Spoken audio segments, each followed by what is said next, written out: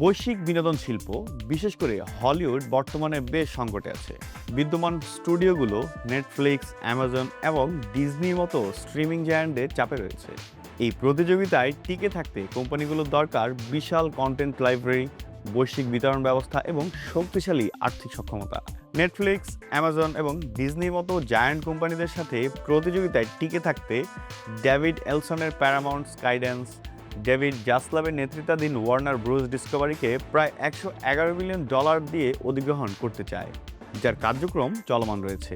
এর আগে এই অধিগ্রহণ নিয়ে নেটফ্লিক্সের সাথে তীব্র প্রতিদ্বন্দ্বিতা হয়েছিল প্যারামাউন্টের। কেন কোম্পানিগুলো একীভূত হতে চায়?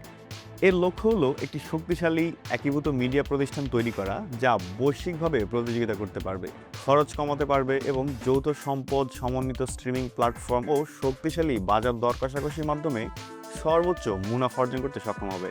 এই মার্জারের পেছনে কয়েকটি কৌশলগত কারণও রয়েছে। বড় কোম্পানিগুলো প্রতিযোগিতামূলক স্ট্রিমিং যুগে বেশি টিকে থাকতে পারবে এই মার্জিংয়ের কারণে। এই মার্জিং হলে একই ধরনের কাজ ও প্রযোজনা কমিয়ে খরচ কমানো যাবে। চলচ্চিত্র, টিভি, স্ট্রিমিং সম্পদ একীভূত হলে শক্তিশালী কন্টেন্ট সরবরাহ নিশ্চিত হবে।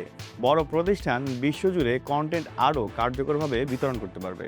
তবে এই একীভূতকরণের প্রতিবাদ জানিয়েছে জোয়াকিন ফিনিক্স, বেন স্টিলার, ক্রিস্টেন স্টুয়ার্ট সহ প্রায় 1000-এরও বেশি হলিউড শিল্পী। সোমবার সকালে তারা একটি উন্মুক্ত চিঠি প্রকাশ করে। এই চিঠি প্রকাশের মাধ্যমে প্যারামাউন্ট স্কাইড্যান্সের ওয়ার্নার ব্রুস ডিসকভারিকে অধিগ্রহণের বিরোধিতা করেছেন তারা। উক্ত চিঠিতে বলা হয়েছে, আমরা গভীরভাবে উদ্বিগ্ন যে এই একীভূতকরণ একটি ছোট শক্তিশালী গোষ্ঠীর স্বার্থকে অগ্রাধিকার দিচ্ছে, যা বৃহত্তর জনস্বার্থের বিরুদ্ধে যাচ্ছে। দ্য নিউ ইয়র্ক টাইমসে প্রকাশিত হয়েছে এই চিঠিটি। এছাড়া blockthemerger.com ওয়েবসাইটেও পাওয়া যাচ্ছে এটি। কেন শিল্পীরা প্রতিবাদ করছেন? এই অভিনেতা, অভিনেত্রী ও নির্মাতারা এই চুক্তির বিরোধিতা করছেন অর্থনৈতিক, সাংস্কৃতিক উভয় দিক বিবেচনা করেই। প্রথমত, তারা আশঙ্কা করছেন যে এর মাধ্যমে প্রতিযোগিতা কমে যাবে। কম স্টুডিও থাকলে সৃজনশীল কাজের ক্রেতা কমে যাবে, ফলে লেখক, অভিনেতা ও পরিচালকদের সুযোগ কমে যেতে পারে। দ্বিতীয়ত রয়েছে সৃজনশীল নিয়ন্ত্রণের উদ্বেগ। বড় কর্পোরেশনগুলো সাধারণত নিরাপদ ও লাভজনক কন্টেন্টকে অগ্রাধিকার দেয়, যা ভিন্নধর্মী বা এক্সপেরিমেন্টাল গল্পের সুযোগ কমিয়ে দিতে পারে। তৃতীয়ত, এই মার্জিংয়ের ফলে সাধারণত চাকরি কমে যায় এবং কোম্পানি পুনর্গঠন হয়, যা শুধু শিল্পী নয়, পর্দার আড়ালের হাজারো কর্মীকে প্রভাবিত করে। তাদের জীবিকার উপর এক ধরনের হুমকি আসতে পারে বলেও মনে করেন এই নির্মাতারা।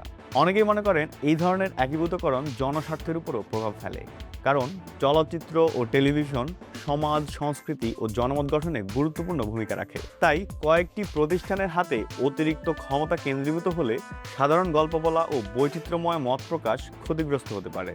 চিঠিতে আরও বলা হয়েছে, আমাদের শিল্পের সততা, স্বাধীনতা এবং বৈচিত্র্য গুরুতরভাবে ক্ষতিগ্রস্ত হবে।